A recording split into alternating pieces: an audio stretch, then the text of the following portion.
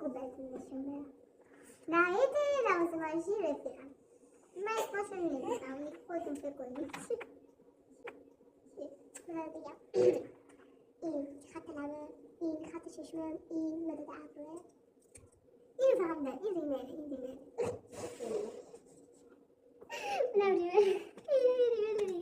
است. یه روژ لبه، یه از اینا یکی نمیدونم اسمش چیه. حالا بهش میگم پد. من اسمشو میدونم ولی طرز استفادهش میدونم.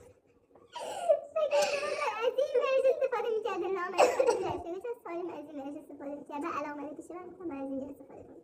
حالا اونم گرفته کلم بی مال باید پیره کلم بی 700 تومن بوده 500 تومن پولش. اینم گرفته، اینم مال رفیقم، اینم نشونم کنش اینم تیم هم میگه مال لبه حالا نه اینجا هم استفاده میشه. بده گم چه میخوام یه دقیقه بذارم سریع. نهایت لوازم‌آرایشی این بال لبه، اینو مردم میتونن استفاده کنن. اینم که دوستان مشاهده میکنید خراب کلش از تهش شده، ریشه از